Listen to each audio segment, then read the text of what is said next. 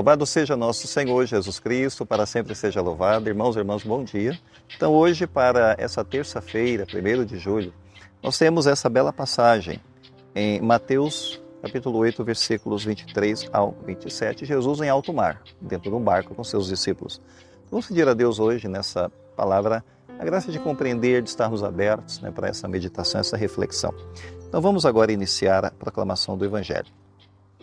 Proclamação do Evangelho de nosso Senhor Jesus Cristo, segundo Mateus, glória a vós, Senhor. Naquele tempo, Jesus entrou na barca e seus discípulos o acompanharam. E eis que houve uma grande tempestade no mar, de modo que a barca estava sendo coberta pelas ondas.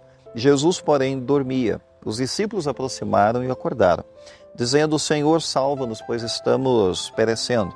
Jesus respondeu: por que tendes tanto medo, homens fracos na fé? Então, levantando-se, ameaçou os ventos e o mar, e fez uma grande calmaria. Os homens ficaram admirados e diziam: quem é este homem que até os ventos e o mar obedecem?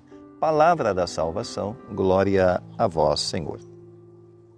Bem, irmãos, então hoje nós estamos diante de uma passagem muito comovente em Mateus capítulo 8, que é essa tempestade em alto mar, que é um ícone, uma imagem da condição humana diante do caos, mas ao mesmo tempo ali está a salvação para amparar o ser humano diante desse caos. Nós temos o barco, mas nós temos uma tempestade que se forma ali. As tempestades aparecem a todo momento, a todo instante. A barca pode ser uma imagem da vida humana, que é uma vida, da nossa vida individual, inclusive. Mas pode ser uma imagem da igreja também. Pode ser a imagem da nossa jornada, porque a nossa jornada também enfrenta tempestades.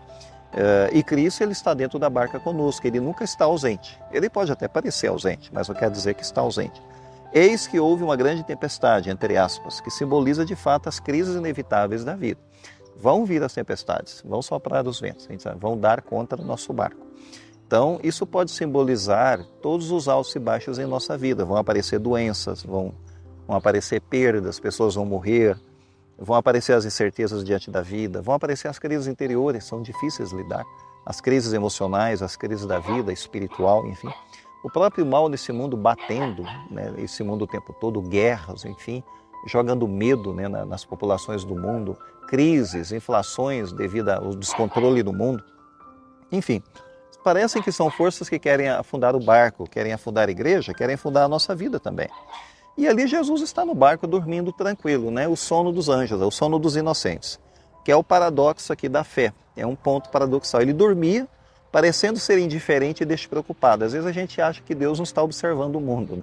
Ele está dentro do barco, mas parece que está desligado completamente. A verdade é que não está. Então, ele estava cansado, sim. Jesus, nesse momento, humanamente falando, ele estava descansando por causa das suas andanças. É muito cansativo, o ministério, etc. Mas, ao mesmo tempo, o fato dele dormir no meio da tempestade revela a sua profunda paz. Uma paz além das circunstâncias. Pode estar fazendo tempestade no mundo, mas ele está dormindo. Então, ao mesmo tempo, pode ser um teste para a fé dos discípulos, porque nesse momento eles estão se perguntando: será que Deus está na tempestade? Enfim, ele parece dormir, será que ele está presente ou ausente? Isso na cabeça dos discípulos pode estar jogando na mente deles, como na nossa vida é do mesmo jeito, na verdade. E assim: Senhor, salva-nos, eles dão um grito, salva-nos, entre aspas, pois estamos perecendo. Isso é um clamor universal, Senhor, salva-nos. É uma frase muito usada o tempo todo, no mundo inteiro, pelas pessoas que estão passando por tribulações. Então, é a oração do desespero? Pode ser que para alguns seja. A oração do medo, a oração do sentimento do abandono? Pode ser. Podem ser vários tipos de orações. E a resposta de Jesus é uma repreensão no primeiro momento, mas uma demonstração de poder, entre aspas. Porque tendes tanto medo, homens fracos na fé. Quer dizer, oligopistoi é uma palavra grega usada aqui. Homens fracos na fé. Não é uma condenação. A palavra oligopistoi é uma chamada à reflexão, uma chamada ao crescimento.